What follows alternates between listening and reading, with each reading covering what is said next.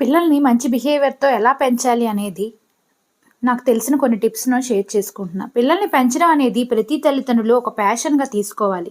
పిల్లలకి, పేరెంట్స్‌కి మధ్యన ఒక ఫ్రీడమ్ ఉండాలి. ఏ విషయాన్నైనా మనతో షేర్ చేసుకునేలా ఉండాలి.